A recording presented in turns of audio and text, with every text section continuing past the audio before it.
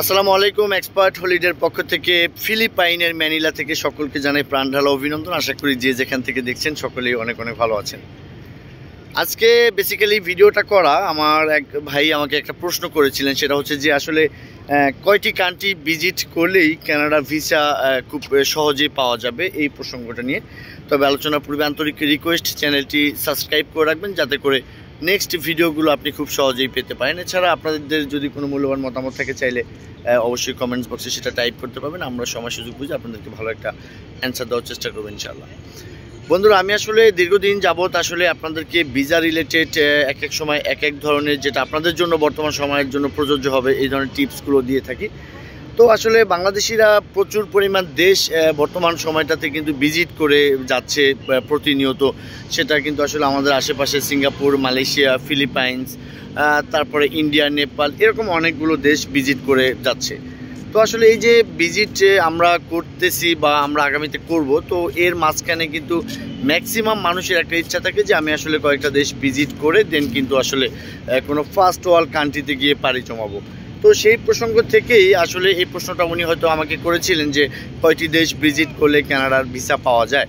তো আমি এ নিয়ে আসলে আগে পরে অনেক কথা আপনাদেরকে বলেছি যে আমি সর্বপ্রথম একটা কথাই বলি যে আপনি অনেকগুলো দেশ ভিজিট না করেও আপনি ভিসা পেতে পারেন, কানাডার ভিজিটর ভিসা। আবার অনেকগুলো দেশ আপনি প্রচুর পরিমাণ দেশ ভিজিট করে কিন্তু ভিসা থেকে আপনি বঞ্চিত হতে পারেন।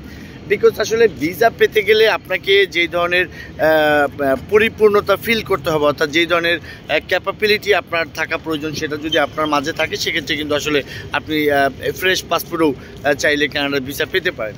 কারণটা হচ্ছে যে একটা দেশের ভিসা অফিসার সর্বপ্রথম আপনাকে যে জিনিসটা আইডেন্টিফাই করার চেষ্টা করবে সেটা হচ্ছে যে আপনি লিগ্যাল ভিজিটর কিনা। এইটা যদি আপনি প্রুফ করতে চান সেক্ষেত্রে হয়তো কিছুটা কাজে লাগবে আপনার সেই ভিজিটটা।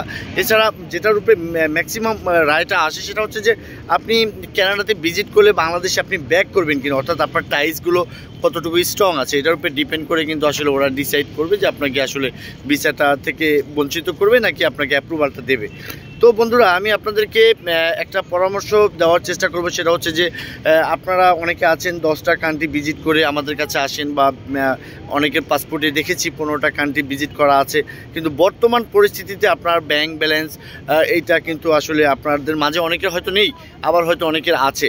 তো আমি সবসময় সাজেস্ট করবো এটা যে আপনি 15টা কান্ট্রি ভিজিট না করে আপনি 3টা কান্ট্রি ভিজিট করেন, আর বাকি টাকাগুলো আপনি ব্যাংকে রাখেন, আপনার টাইসটা স্ট্রং করেন, অর্থাৎ আপনি যে সাফিসিয়েন্ট একটা ব্যালেন্স আপনার আছে এই জিনিসটা আপনি যদি প্রুভ করতে পারেন সেক্ষেত্রে কিন্তু ভিসা হওয়ার ক্ষেত্রে যথেষ্ট পরিমাণভাবে আপনার জন্য একটা বেস্ট পজিশন তৈরি হয়ে যাবে অলরেডি।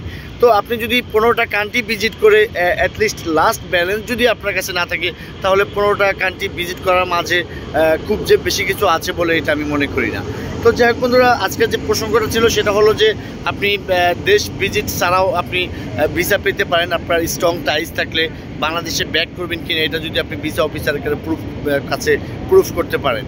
তো যাই হোক বন্ধুরা, আশা করি এই টিপসটা আপনাদের কাজে লাগবে। তো আপনারা যারা ন্যাচারালভাবে বিভিন্ন দেশ বিদেশ ঘোরাঘুরি করেন সেটা ভিন্ন ব্যাপার, কিন্তু আপনার যদি প্ল্যানিং থাকে যে আপনি কোথাও চলে যাবেন, সেই ক্ষেত্রে আপনি এতগুলো দেশ 15টা দেশ ভিজিট করতে মিনিমাম বর্তমান সময়টাতে কম হলেও আপনার 15 লক্ষ টাকা প্রয়োজন হবে। সেক্ষেত্রে আমি বলবো যে আপনি 5টা দেশ ভিজিট করেন, বাকি 10 লক্ষ টাকা আপনি সাফিসিয়েন্ট ব্যালেন্স হিসাবে রাখেন, যাদের ইন্টেনশন আপনি কোনো ফার্স্ট ওয়ার্ল্ড কান্ট্রিতে সেটেল হবেন।